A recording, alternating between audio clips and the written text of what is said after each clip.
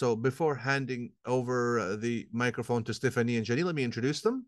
Stephanie Hovington. Stephanie, you can raise your hand and say hello so we can see you. In any case, she is an associate prof at the Faculty of Education, Université Laval, for psychoeducation. She is doing research mainly on the pedagogical education in upper education and soft skills, gaming in education, and internships. Jenny is a doctoral student in psychoeducation at Université Laval. She is also a member of the research unit Skineria and CRIEVAD CRIEVA. She also orients her doctoral project on the needs of support and measures of support offered in psychoeducation for the personnel during their transition into the educational system. Parallel to her graduate education, she is teaching at Université Laval and also is a research associate in projects around pedagogical innovation and soft skills. So have a great webinar, everybody. I will now hand it over to Stephanie and Jenny.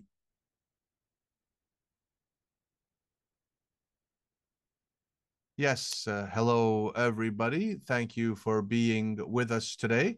We're very happy to be here with you and to present our free educational tool called Pedagogy by Games and Developing Soft Skills. So it's a resource that we've developed last year and that is still evolving and growing this year.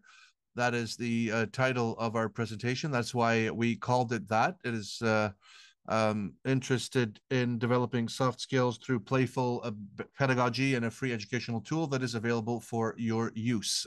So what we are presenting today is why we chose to develop an open educational tool, Ressources éducationnelles libres. Our intention in developing this guide, in particular the pedagogical needs we wanted to answer. We will also speak very quickly about some key concepts around gamifying education in higher education, and also some ideas around pedagogy and gaming and developing soft skills. We will also quickly go over the guide we've developed, but also present some activities we use in the context of the classroom in psychoeducation, Jenny and I. When we presented our guide, our manual last June during the AccuPaySig conference, we made the participants do some of the activities. We can't do that today, but we will show some videos so you can see how everything operates in a classroom environment. So why did we choose an open educational tool, Ressources éducationnelles libres, REL? We answered a call for proposals from Fabrique Rel that in particular talks about producing manuals or guides.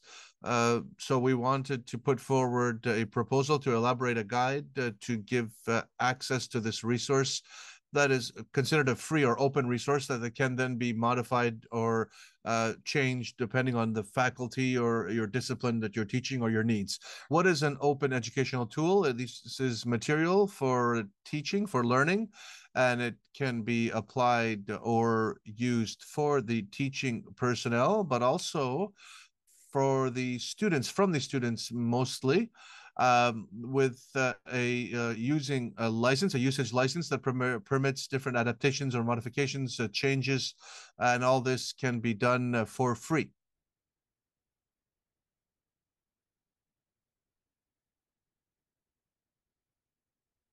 Yes.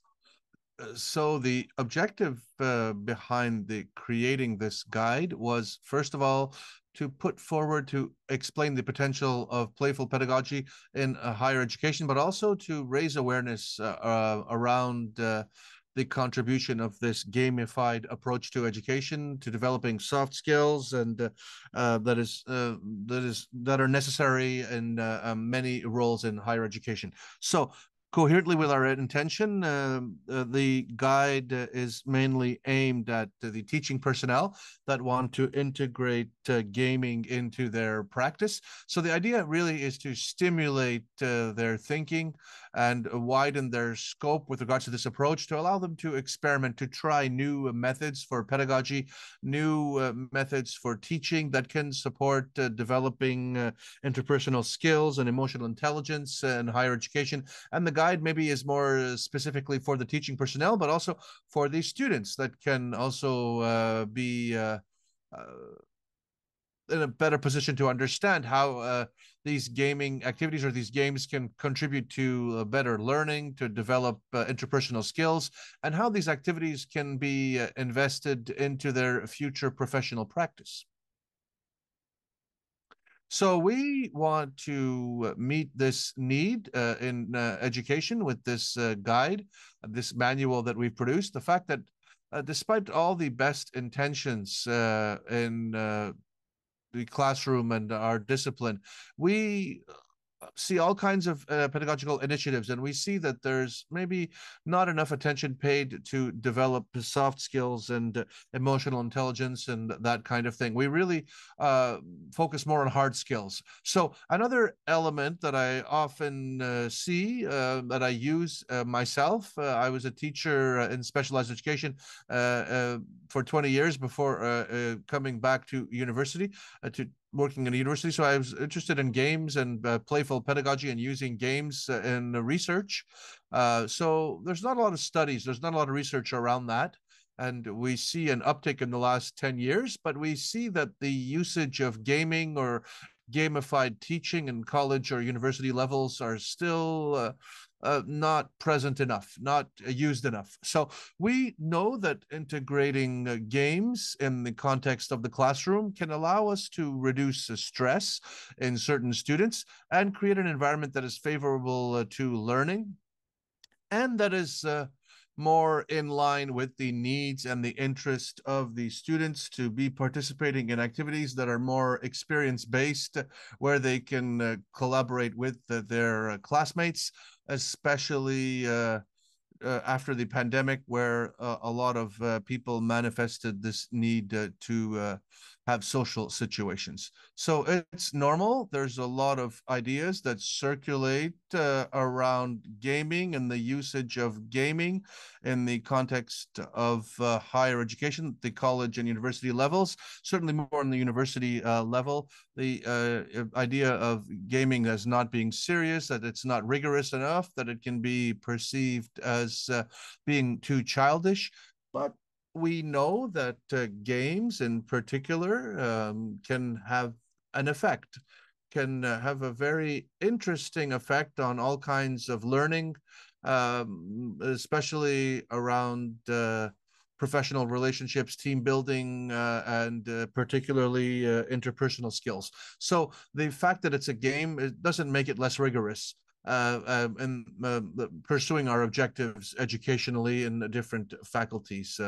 So the gamified pedagogy or gamification of education, the research has been done, and it shows that a lot of educational capacities can be developed, and really we can take advantage of this in our teaching. So it's giving a more playful spin, a more playful experience, a more pleasant experience in the classroom, accompanied with what we want to teach in our classes. So it's a way to get more buy-in and engagement from the students and focus more on the emotional side of education and emotional intelligence part of it.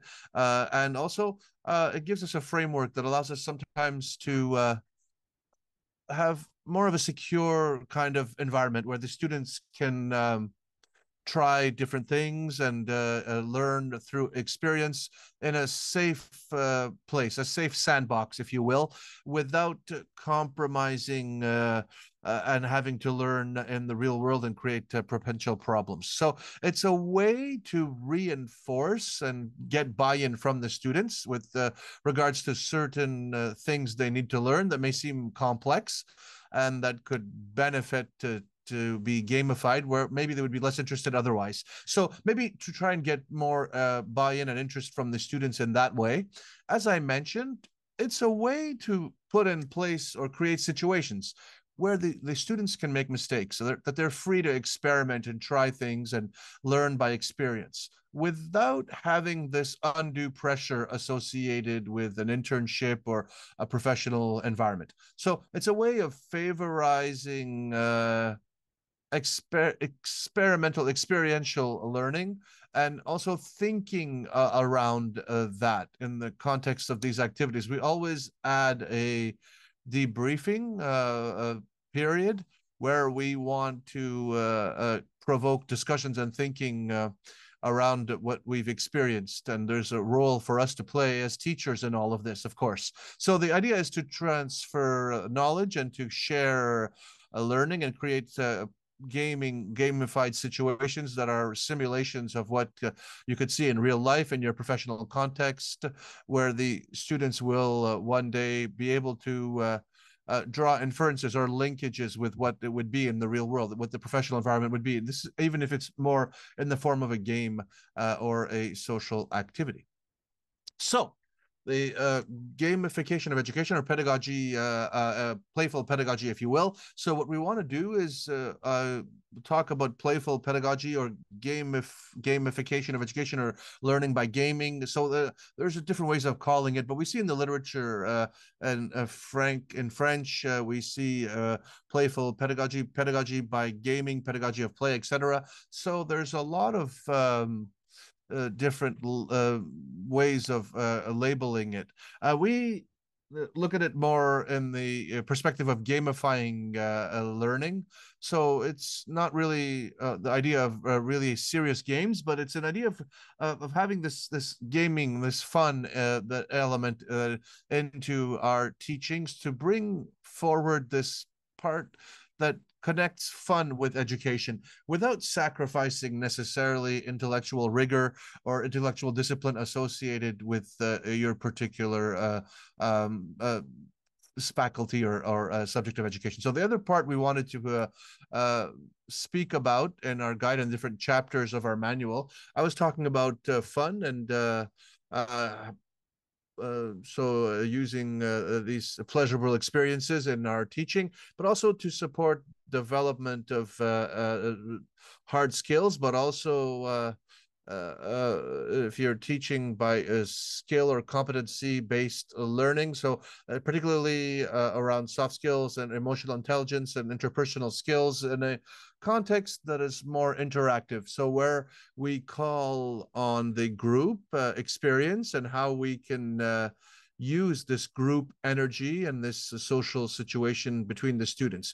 The other element that we wanted to put forward, as I said, is a lot of the fun aspect. So the fun of participating in a game situation, but also for the teachers, where we also enjoy these gaming experiences in the classroom. So in particular, the activities that we mention in our manual highlight different kinds of teachings in terms of emotional intelligence, and but more around emotional management of emotions, motivation of the students, the values that they want to give rise to or represent in different situations in the classroom and in the professional world, and certain attitudes that can be present or that we really want to work on in different contexts, and different social skills specifically that we want to develop. So we really want to put forward these interpersonal skills that are considered necessary in a professional context, because you will see we looked at different experts and different disciplines. And so you will be able to really see in the different activities proposed in the manual. We have targeted different dimensions of soft skills. It's not necessarily an exhaustive list, but it's what is very representative of the activities that we wanted to include in our manual, in our guide.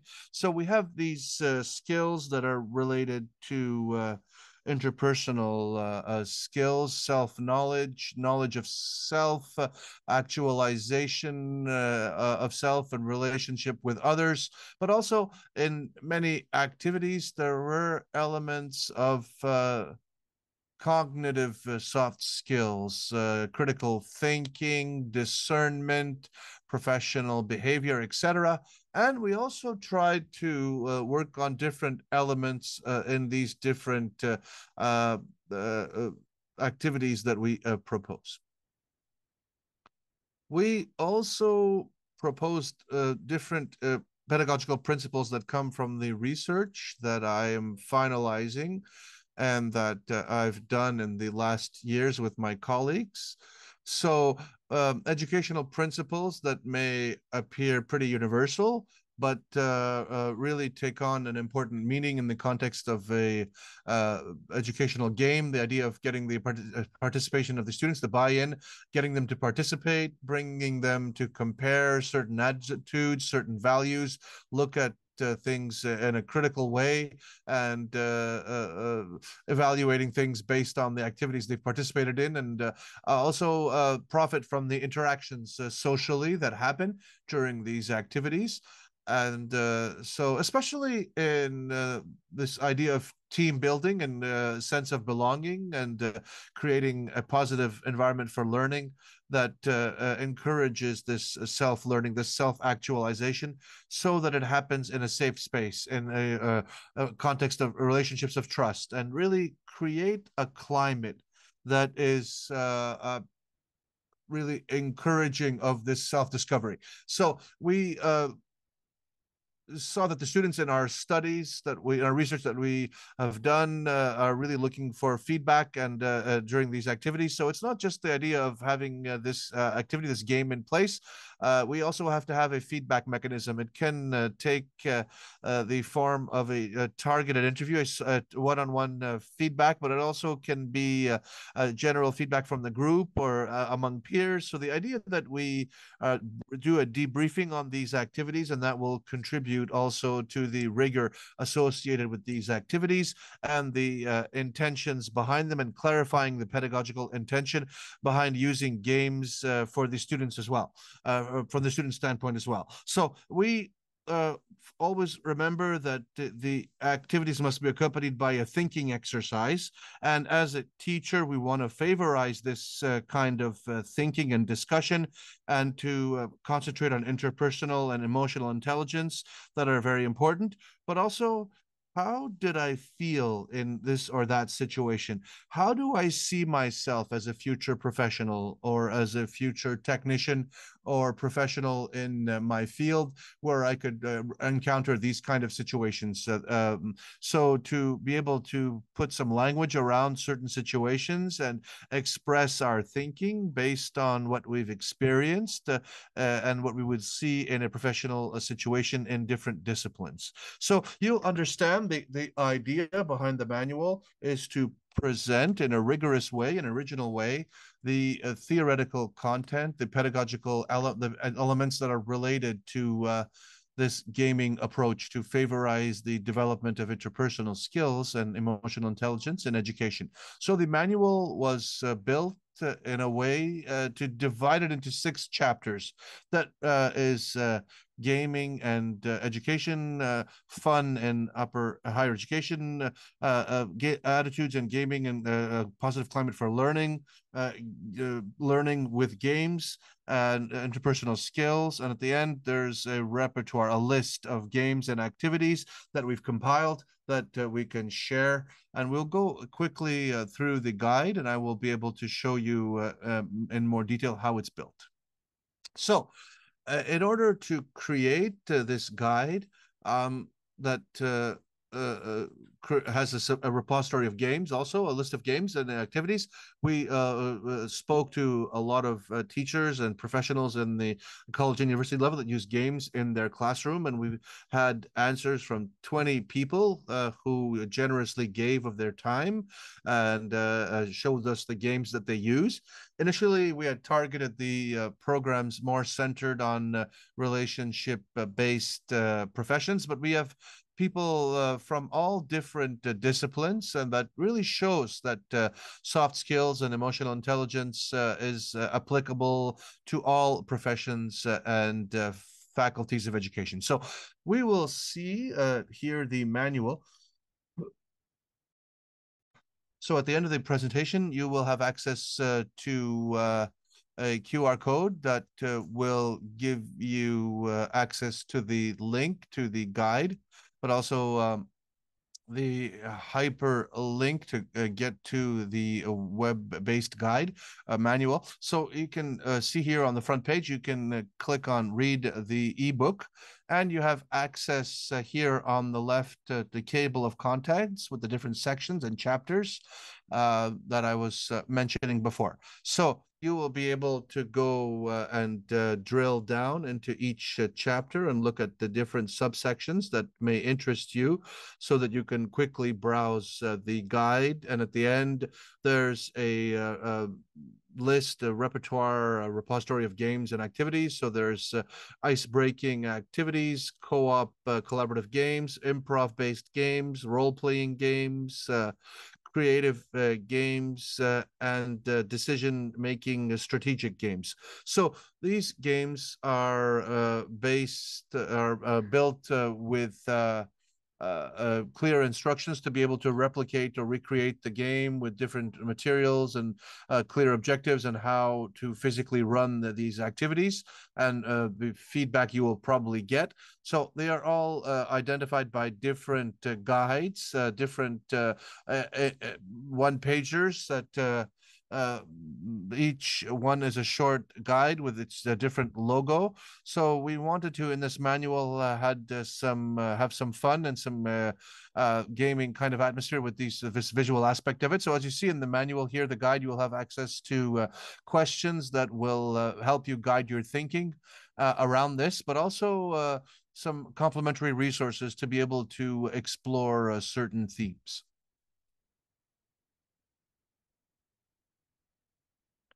So now we will go into the more concrete, practical part of it. And so some activities specifically here. So the bank of activities in the manual contains ice-breaking activities. So introductory activities, this will allow us to get to know ourselves, get to know others, build the climate of confidence and openness. And so these are activities that don't need a lot of preparation. The example that we can give you, Stephanie and myself use this in our classroom, is using objects where somebody will bring or no, they have to choose an object in a box that represent them, or that they will use this object to talk about themselves and how it relates to them or how it represents them. So another activity that we use, Stephanie and I, a lot in our pedagogy, and that is greatly appreciated by the students, is the detective game, if you will. So it's in the category of thinking games and strategic games. It is to place the students into groups and to have some flashcards with certain facts and elements on them. And then the students will have to pick one and answer it. So, for example, if I had one good thing to say about myself, I would say that I received a compliment recently. It was X and Y. During difficult situations, I'm capable of doing X and Y. So, as the name says, uh, is to highlight positivity, the positive inquiry, if you will, your self-image and relationship to others, and etc. So we did a survey among the students after these activities to gain access to their perceptions and ideas. So there's a student who said that the activity allowed her to develop her self-esteem and confidence, and allowed her to better understand and like herself and develop self-love. And this activity helped her to think about her strengths and weaknesses to be able to better understand them for herself and share them with others. So we will show you 3 videos to illustrate how this operates in a classroom context. So we have an activity that we use, Ajani and I, in our classroom, where some of you may use the same activity. because it's well known. It's the idea of labels, where you will come and write a stereotype, favorable or unfavorable, and we will put the students into teams, and with people depending on the sign that was put on their back. So we revamped it a little bit in one of our classes that is more on around the professional identity and psychoeducation, for example. So we wanted to target or identify a PED day where the students, as future employees of, as they had to pick some employees depending on the characteristics that were written on their back. So different categories of jobs and characteristics, different positions that characteristics that are more or less interesting depending on what they are. So the sound, if you want to hear the students, is that's not great audio, but the next video will have better audio. But we will still be able to get a good idea of what the activity is like. The crux of the activity is you will have to choose the person with which you want to work with only by basing yourself on the sign I will fix on your back, on the person's back. So you don't know what is written on your back. So you will get different reactions depending on a psychoeducator that knows everything. That's what the sign says.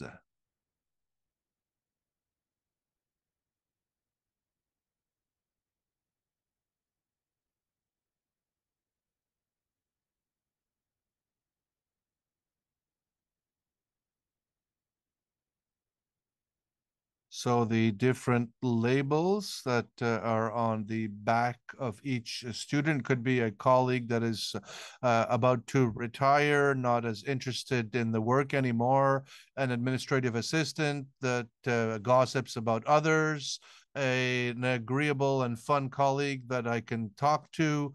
Some people had positive labels and others had less favorable labels on their back, and they had to choose their teammates based on that. So you see here that we encourage them to go and see and read all the labels before making a selection. So you don't always end up with your friends, depending on who gets what label, I guess.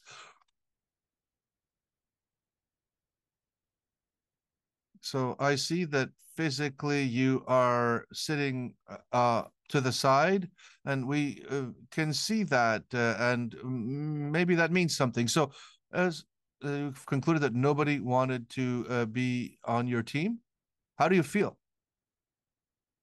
Maybe I deserve it. I don't know what's written on my back. Okay. What reaction? How do you feel?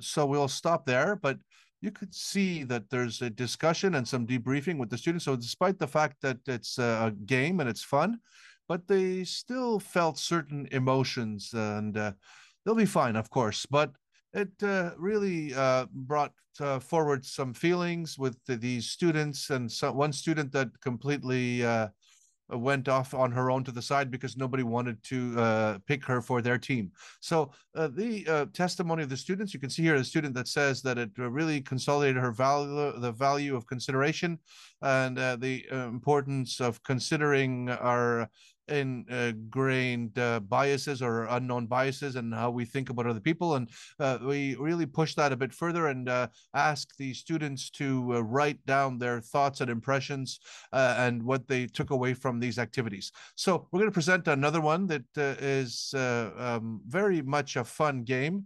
It's doesn't necessarily relate directly with professional identity, but it's a game that an activity that I use regularly. It's an activity that we have where I want to build a team atmosphere or teamwork where we use these sticks that you can buy, these pickup sticks that you can buy, where these students have to make sure that they realize specific tasks in collaboration with their colleagues. So let's see what it's like here.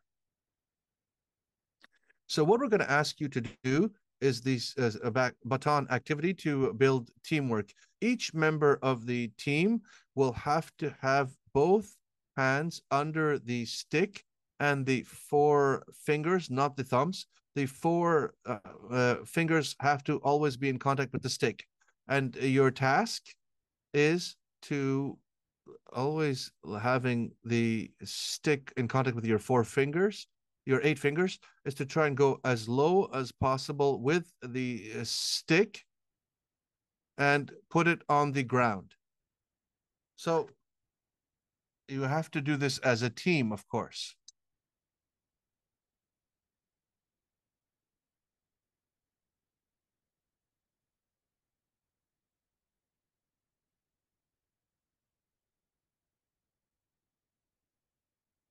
It's difficult. Okay, stop bringing it up. Stop pushing it up. We're asking you to go down and not up.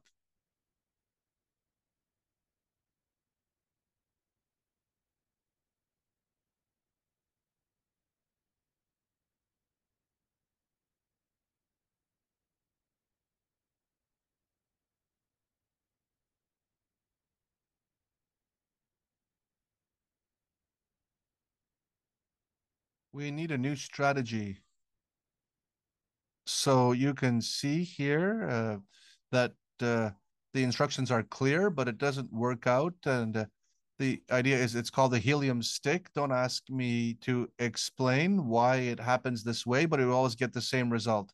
And I tell them that it's an activity that we use in team building activities in Harvard. And even in Harvard, they can't do it.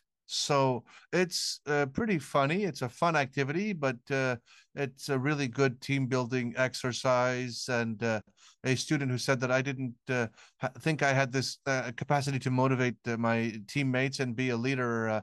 And we asked them after the activity, what was your role in this activity? Were you a motivator? Were you there to provide strategy?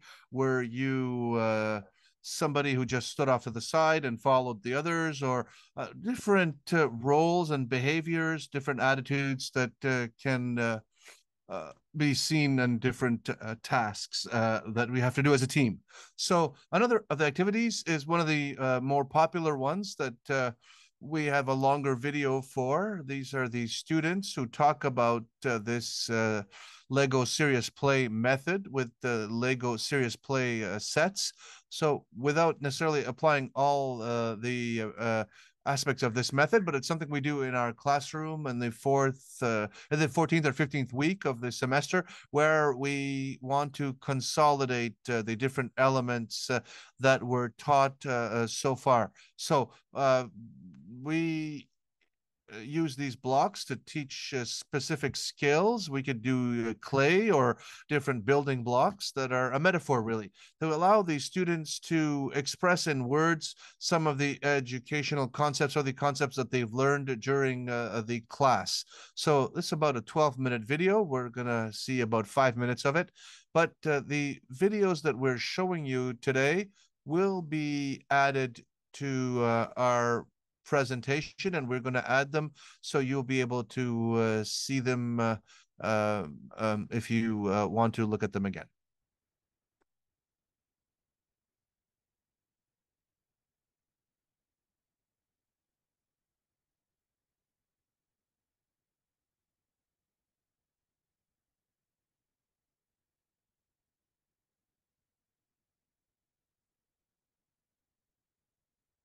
Lego has created this method called Lego Serious Play that aims to contribute to the professional development aspect of this. So it's really to um, look at the different perspectives of all the people who are participating in a given organization. So, in a collegiate context or university context, what does it do? It encourages people to share different points of view. And so, not only do we work with Lego, but we also work together and discuss and co-create together to favorize this battle of ideas, this idea of debate in a professional context. So it's this idea of favorizing introspection as well, because the fact that you are playing with something tactile, physical, brings us to think about things differently, stimulates different parts of the brain, and helps us to develop ideas that would not be as evident if we were passive or just receiving uh, uh, uh, education or concepts as a team. So I'm going to ask you to open up your box and to take out all the blocks and pieces and put them out in front of you. Okay.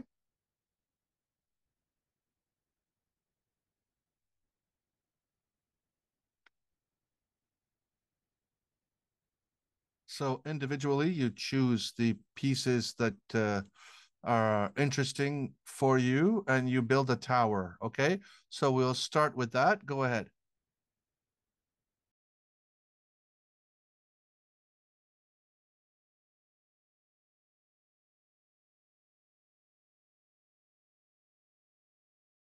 I wanted to see how Lego blocks relate to psychoeducation and how the activity would go, and have this activity in the morning is pretty fun and it's a bit different. It's really different than what we see in other classes. I was anxious to play. I like play, so it's pretty fun to integrate games into education, and it's a positive experience, I think. And wow, look at that. That's nice.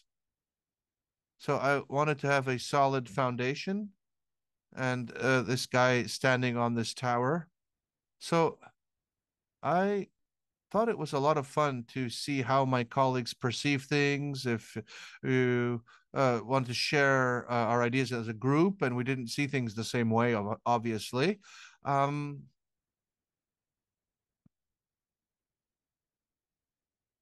And here we will ask the question as to what is for us a good psychoeducational professional. So, in teams of two, you choose to build a good educator, the image of a good educator, or a bad educational professional, a psychoeducational professional. So, go ahead, begin. That's a good idea to have it lying crooked like that. It really allowed us to express our profession in words. And when we get to the real world, we have a bit more confidence and a bit more experience through games. And so it makes things easier and helps people feel more confident. So it allowed us to look at certain elements that are attractive to each of us. I thought that it was easy to express ourselves with the visual tools we were using. It was a natural process that brought forward discussion, and it was a natural discussion that happened in this context. Okay, so we will stop there. And you'll see that generally it's a very positive experience. And as I said, the rest of the video will allow, if you heard the whole video, you can see the different aspects of this activity and the reactions to them. So this is the second part of our guide, and we are calling for contributions. If you want to participate or add to the list of activities or games, we sent out invitations in the different CEGEPs. I don't know if it got to all of you. So if you want to communicate with us, we would invite you to do that. So it's pretty simple. We have a one pager to fill out where you can explain your activity. And in this second phase, we focus on role playing or simulation games. If you have those kind of games to propose in your classroom, we're very interested in that, and we will be happy to add them to our guide. We will add new chapters, but we will also have activities added to our guide or our list of activities. So we want to thank Fabrique Réel and all the personnel of Université Laval who supported and helped us, and our graphic artist who contributed all the great graphic content in our presentation and our guide. So thank you for your time and attention. So we can now copy the QR code. Do you have a web page? For certain people, it could be easier. They may not have the access to the QR code as easily. Yes, I'll put that in the chat. Perfect. Thank you to both of you. There's our two questions concerning the social aspect and soft skills. She's asking, have you developed games destined to teachers and students from Quebec and from other countries that seek to reduce discrimination and for international students, visible minorities, First Nations, etc., and developing interpersonal skills and how they can develop multicultural awareness and capacities for welcoming different cultures. No, unfortunately, we haven't really done anything targeted towards that specifically. There are no activities specifically for multicultural integration, but it's certainly an advantage if we can do that. There are some references in our guide that talk about that in different studies, where I talk about one test in particular of a teacher in an American college that really put in place and put together an activity that really seeks to look at discriminatory behaviors and elements and concepts of inclusion and diversity. So if you want to get more information on that, you can write to me and I can send you the reference, the studies that talk about that. Marilyn Hug, do you have people who said that the activities with the labels really bothered and destabilized them? So have you maybe done the activity again and change it around so the person who had negative get positive and etc. Vice versa? No, because it's very random and it's randomly chosen for the students. But at the same time, we can see how it can be used in a professional context to really look at certain elements that we see in the classroom with children and social situations. So despite the fact that certain activities are fun and are games, but it still can create some tension, some discomfort in the students, but we try to take advantage of that, to see the positive in that, and to have some discussions and thinking around those experiences. And some students talked about that in their written submissions following these activities. But does this bother them to the point where we want to build some guardrails around it? Well, it's one of the reasons why the activities that we choose, well, we know that we've already have a good team-based environment before we do the activities. These are not activities we would do in the first weeks of the class. These are activities we do at the end after we've built a good environment for the students. So one last question. Annie Lapierre has the following question. And the feedback of the students on the soft skills and interpersonal skills are generally positive. But in your experience, how do we manage negative feedback? How do you do that? Well, negative feedback with regards to these soft skills, yes, that's very interesting.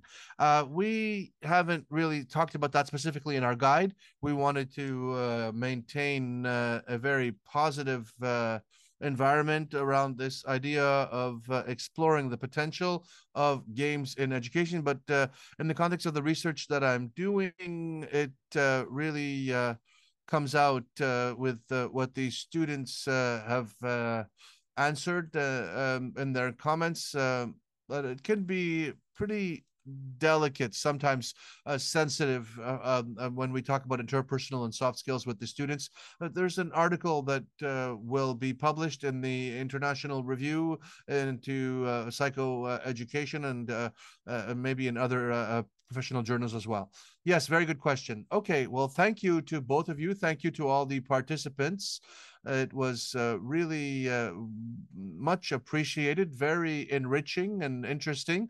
Thank you for the quality of your presentation, and thank you for all your work. And we hope to see you again soon. Thank you. Have a great day.